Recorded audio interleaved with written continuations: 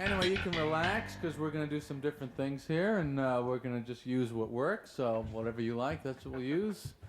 Don't have to like it, doesn't have to work. Anyway, this is a nice club. As you can see, the mic cord is phony. No, this is a real mic cord, and there's a lot of it. I don't want to pull it all out because there might be a comedian in China going, "Hey."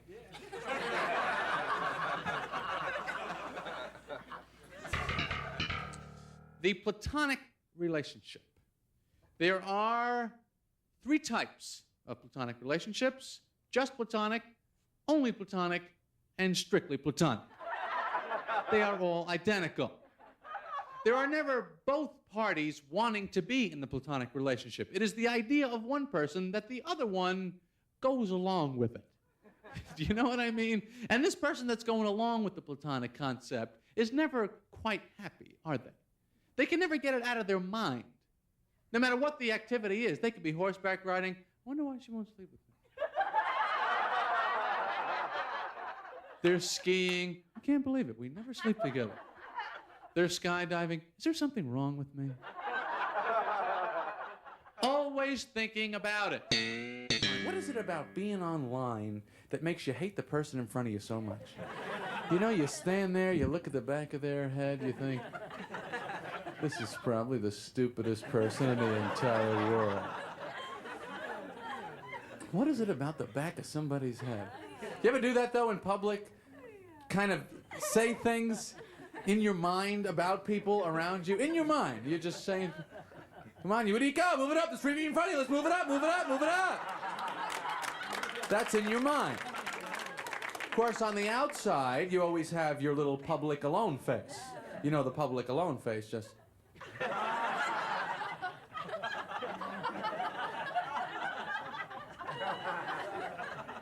Inside your head, you're going, next means next. You said next. Next is you. Next is go.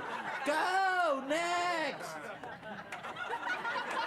That's inside your mind. Again, on the outside. Excuse me, I believe. Oh, my pleasure. You know what the new thing in the supermarket that I really like is the rubber divider stick at the concession stand. Isn't that good? Because you want your items, and you want a little property there too. You know, you put the stick down, everybody back it off. These are my items. Now, there's 2 ways to use the rubber divider stick. You can put it on the conveyor belt, it works that way, or you can hold it in your hand. You ever try doing that? You just hold it in your hand, and you go, hey, those potato chips getting a little close to my box of donuts there, don't you think? Excuse me. You paying attention to me? We have a little problem over here. See the corner of the bag? It's kind of up against the box. I'm going to just try and knock that back a little bit, okay? Don't touch it! Yeah, I like going to the supermarket with women. If a woman can pass the supermarket lighting test, you have got yourself a date. Don't you think that? No, it's brutal, isn't it? It's absolutely brutal in there. If you can find yourself attracted to someone in frozen foods, just get married right there. That's the girl for you. I hate trying on clothes. You come out there, you know, you're in your socks, you know, and you're looking at, they always have that 3-side mirror, you know, and you look in that and you pretend you're talking to like 3 people at a party. What do you think of this shirt? Do you like this shirt? How do you feel about it? Don't turn away from me. Just because I'm talking to him, I still want you to pay attention. You see, the thing is with your relatives, is you really know what they're going to say, don't you? As soon as you walk up to the house, you know what they're going to say.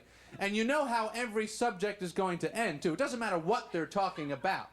Could be political, money, whatever they're discussing, it ends on the same line. One of your relatives will always go, well, what are you going to do?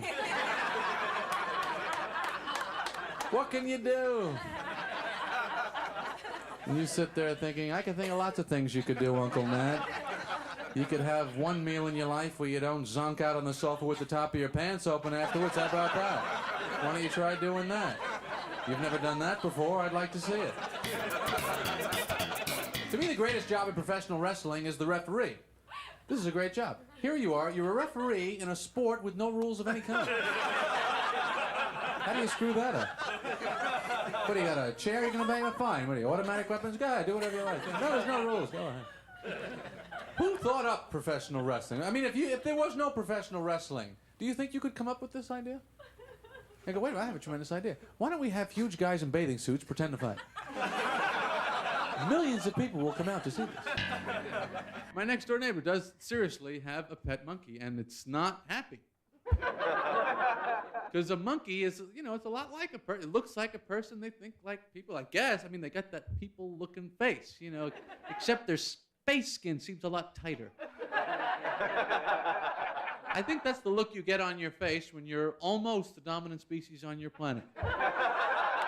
Almost. They just never get that out of their minds, you know? We got the thumbs and everything! I told you the tail was a bad idea. No, I'm gonna go over some again. You don't mind? No. Okay.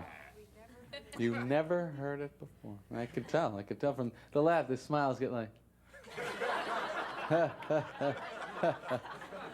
It's like when you go to get your picture taken and you smile, and then the guy has a problem with the camera for a second, and that smile, just, how long is a smile good for? A quarter of a second, and then it becomes this really strange expression, you know? It's like, starts out, smile, okay, everyone ready, smile.